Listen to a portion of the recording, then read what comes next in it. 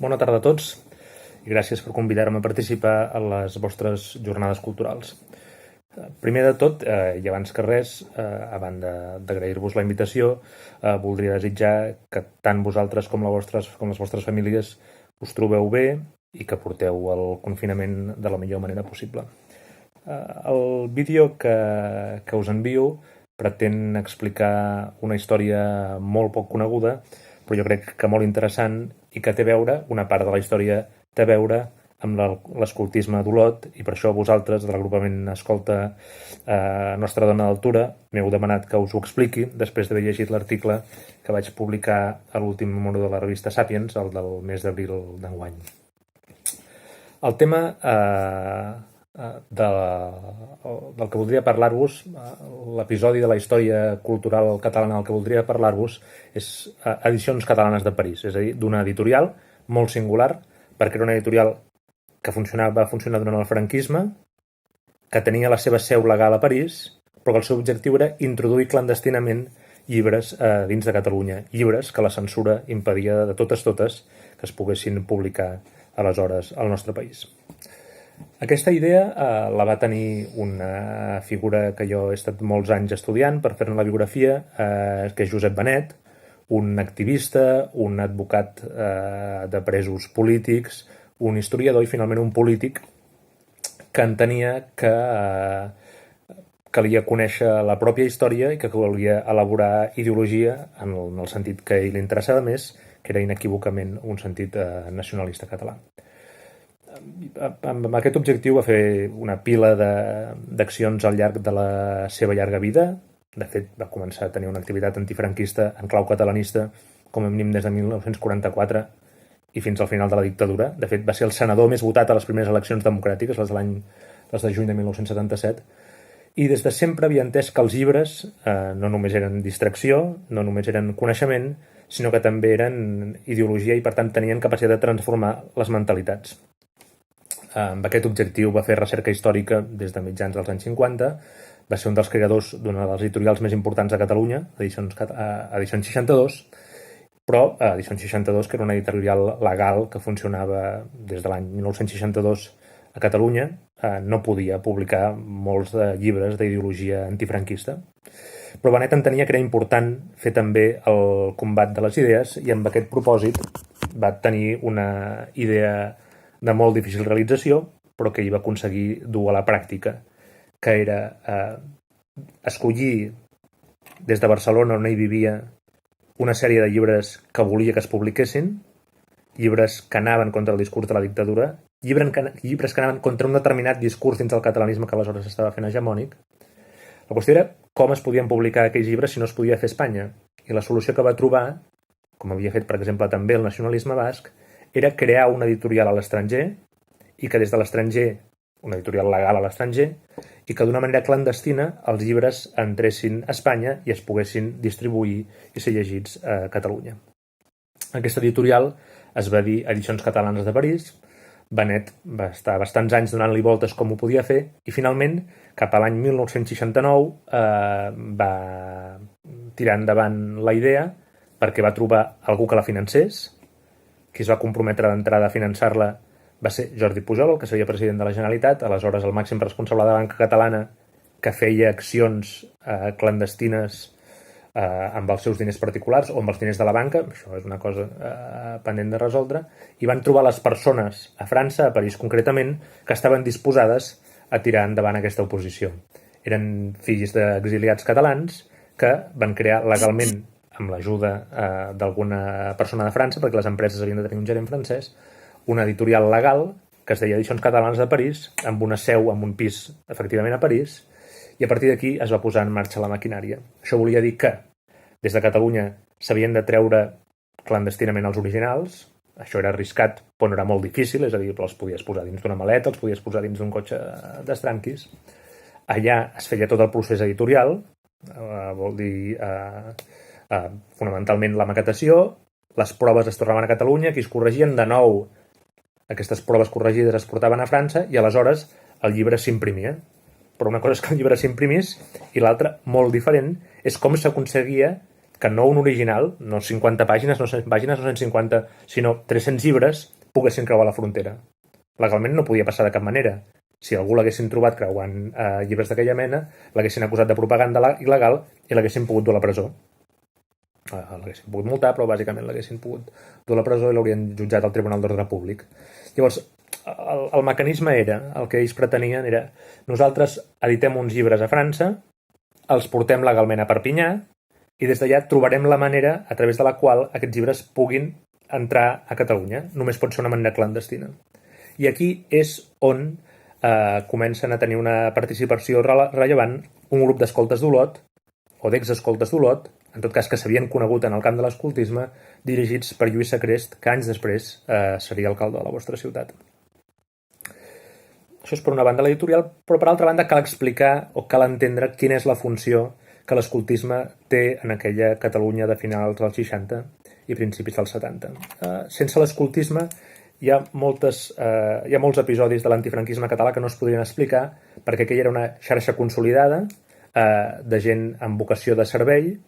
que feia o que tenia entitats a través de les quals es podien fer coses.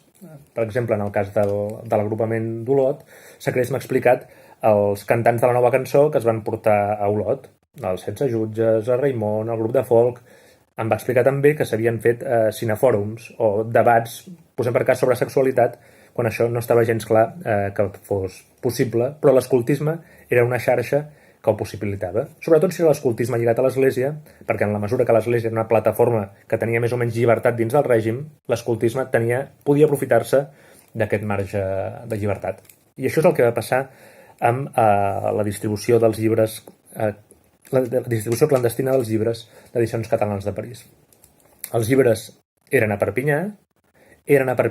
amb un llibreter sensibilitzat per la catalanitat, que escrivia part de la seva literatura en català, però es tractava de trobar el mecanisme perquè aquells llibres poguessin creuar la frontera sense que ningú sapigués. Aleshores, una persona que havia estat rellevant en l'organització de l'escoltisme català durant el franquisme, un antifranquista, Jordi Porta, molt vinculat a la Fundació Jaume Bofill, va dir, i que en aquell moment estava estudiant a París, va dir, jo conec algú que crec que ho podria fer. I aquest algú eren els escoltes d'Olot. Van tenir una reunió, no puc precisar quan, però devia ser durant la segona meitat de l'any 69, durant els primers mesos de l'any 70, on se'ls va dir, escolteu, ens trobem amb aquest problema, hem d'entrar uns llibres, no sabem com fer-ho, creiem que podria ser per la muntanya, creuant clandestinament la frontera, i voldríem saber si vosaltres esteu disposats a fer-ho. D'aquesta reunió en tenim constància, sabem qui hi era, això en la revista queda explicat els noms de les persones implicades, perquè van decidir que sí, que efectivament que estaven disposades a fer-ho, i a partir d'aquí ells havien de dissenyar una logística per fer el que jo anomeno una operació llibres, que sempre m'ha semblat que era una antecedent d'allò que després n'hem dit operació urnes. I el que van dir, van tenir una sèrie d'instruccions, que és de quina manera podien anar a trobar el llibreter de Perpinyà, dir-li qui eren, identificar-se, que els hi fes confiança. Després havien d'establir unes rutes per travessar els països sense que ningú ho sapigués. Per tant, això volia dir tenir un cotxe o dos, i el mecanisme que havien de saber en quin moment podien anar a recollir els llibres a Perpinyà, i el que van fer va ser usar una paraula clau. Rebien una trucada, el llibreter de París trucava a Barcelona, de Barcelona es trucava a Olot i es deia la xocolata ja és a lloc. Quan rebien aquesta informació, la xocolata ja és a lloc, se sabia que els llibres eren a Perpinyà i es podien anar a buscar. Aleshores, unes persones anaven amb cotxe fins allà, usaven un altre nom en clau amb el llibreter els duia al magatzem on estaven les caixes de llibres, i el que feien els escoltes d'Olot, aquell petit grup, només 2 persones, era omplir diverses motxilles de llibres, fins a 30 quilos per motxilla, i podien anar desenes de llibres, eren llibres com aquest, o llibres com aquest. Aquests són alguns dels llibres que va publicar Edicions Catalanes de París. I aleshores establien, això segurament hi anaven un divendres, i el dissabte al matí, a primeríssima hora, es trobaven un grup d'escoltes d'Olot en un punt de la frontera, a Prats de Molló va ser un dels llocs on ho van fer. Llavors se'ls hi donaven les motxilles i deien a quin altre punt de la frontera es trobarien. D'acord? Llavors, grups de 5, 6, 7 persones, xinutxano, per camins poc transitats, després d'haver vigilat dies anteriors que no hi havia grups de la Guàrdia Civil patrullant, es trobaven, carregaven els llibres al maleter del cotxe, els duien a Olot, i allà no acabava l'operació, perquè es tractava que els llibres arribessin a Barcelona i des d'allà fossin distribuïts a llibreries de confiança o que alguns venedors de llibres privats els anessin portant a determinats llocs. Llavors, una vegada que els llibres eren a Olot, es feien encara 2 passes més abans de seguir amb la nova fase de transport dels llibres. La primera era anar a una de les empreses d'Olot, a Xocolates Glucky, i posar-los tots en caixes, posar tots els llibres, treure'ls de les motxilles, posar-los dins de caixes, les que s'utilitzaven per transportar la xocolata normalment, i llavors ja els tenien tots encaixats. Però aquelles caixes han pensat que eren massa febles perquè es poguessin portar els llibres, i aleshores les recobrien amb els teixits d'empreses que en feien per recobrir embotits. D'acord? Hi ha els llibres dins d'una caixa de xocolata tapats per una tela normalment utilitzada per cobrir embotits. Llavors, aquests llibres no els portaven els escortes personalment a Barcelona, sinó que els escoltes els duien a una empresa de transports d'Olot, especialitzada en el transport d'embotits, bàsicament, i els deien, volem que aquests llibres vagin a Barcelona, no a una adreça determinada, sinó a la vostra seu dels transports de Barcelona. I era allà on, altra vegada, quan els llibres ja hi havien arribat, el grup d'Olot agafava les caixes i les duia, ara sí, a l'editorial de Barcelona, des d'on es començarien a distribuir els llibres. Bé, podria semblar només una petita aventura arriscada, però el fet és que, efectivament,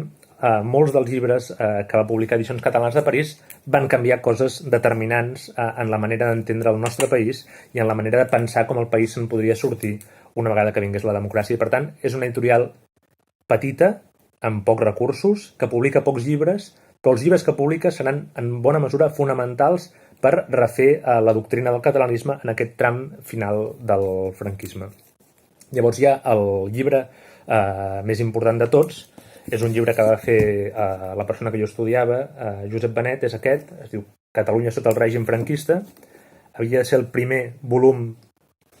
d'una sèrie on el que es feia era estudiar com el franquisme havia impactat a Catalunya, com havia impactat, pretenia Benet, en el teixit econòmic, en diferents àmbits, i el primer llibre, l'únic que es va publicar, però és fonamental, és de quina manera el franquisme havia volgut acabar amb la identitat nacional catalana i ho havia fet atacant totes les plataformes que tenien a veure amb la llengua i la catalanitat, d'acord? El llibre és un inventari exhaustiu intel·ligentíssim on s'aixeca acta de quina va ser la política repressiva del franquisme amb tot l'entramat civil que el catalanisme havia construït des de principis del segle fins l'any 1936, d'acord? Aquesta operació de destrucció és el que Benet va anomenar l'intent de genocidi cultural per acabar amb Catalunya. Jo crec que ha estat una idea fonamental per entendre la democràcia a Catalunya dels últims 40 anys. Aquesta idea va haver-hi un intent de destrucció i, per tant, hi ha d'haver una tasca del que se'n va dir de normalització, a mi m'agrada dir-ne de reparació, i per tant tota la política que es faci ha de partir d'aquesta voluntat de nacionalitzar novament Catalunya perquè el país havia estat des d'un punt de vista nacional agredit. Aquest llibre, que és molt gruixut, que va costar molts anys de fer, tenia una dificultat evident, que és que pesava molt i molt i molt i molt. Llavors, això va costar molta feina sacrificada, buscar rutes alternatives perquè el camí no fos tan feixuc, i a mitjans de 1973 aquests llibres van arribar a Catalunya i la seva distribució va ser fonamental. No només va arribar a alguns lectors selectes, sinó que es va enviar fins i tot a figures del franquisme o a l'aleshores príncep Joan Carles perquè fossin conscients de què havia passat amb Catalunya durant la guerra i la immediata postguerra, és a dir, que hi havia hagut un intent sistemàtic de destrucció d'una identitat nacional. Així es van passar gairebé tots els llibres de la col·lecció, els centenars d'exemplars que s'aconseguien passar, cosa que no era gens difícil gràcies als escoltes d'Olot, es distribuïen amb llibreters de confiança, com us deia. Jo conec gent que els va comprar perquè coneixien gent que anava amb maletes amb llibres venent-los privadament amb gent de confiança, i Naturalment, quan es va acabar la dictadura, aquesta editorial va deixar de tenir sentit, perquè finalment ja es podria començar a publicar d'una manera regular a l'interior, i això és el que va passar. Hi ha llibres de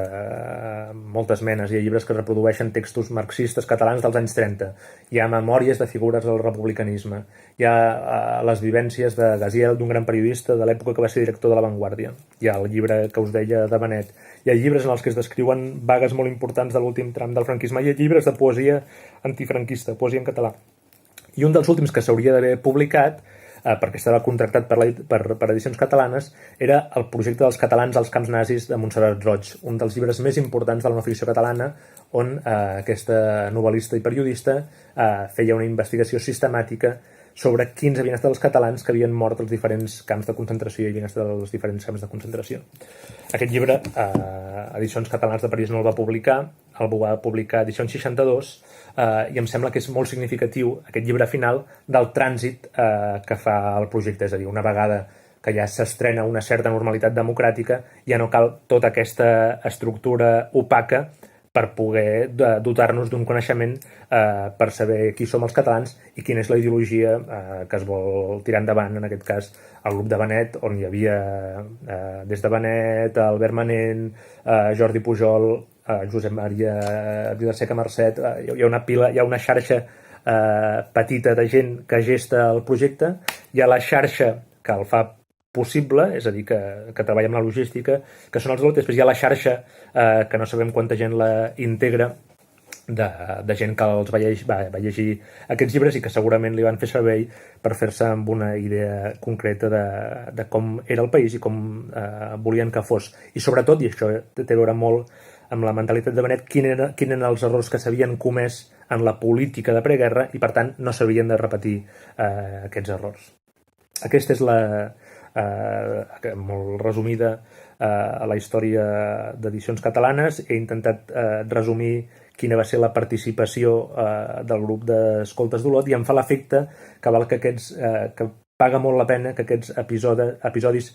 siguin explicats per tenir un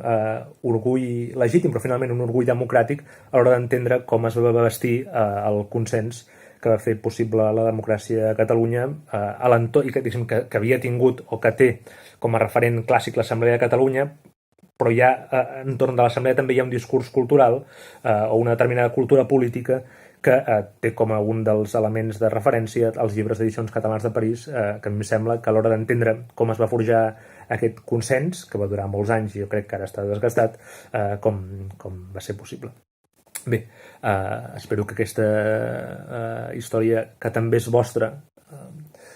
us hagi interessat, que jo hagi sabut explicar-la i que aquests minuts que hem tingut per celebrar aquest Sant Jordi atípic ens haguem pogut oblidar, ni que sigui per una estona, de l'anomalia on som i que tan aviat com sigui possible puguem construir la normalitat on haurem de viure a partir d'ara. Una abraçada molt forta, salut i esperança.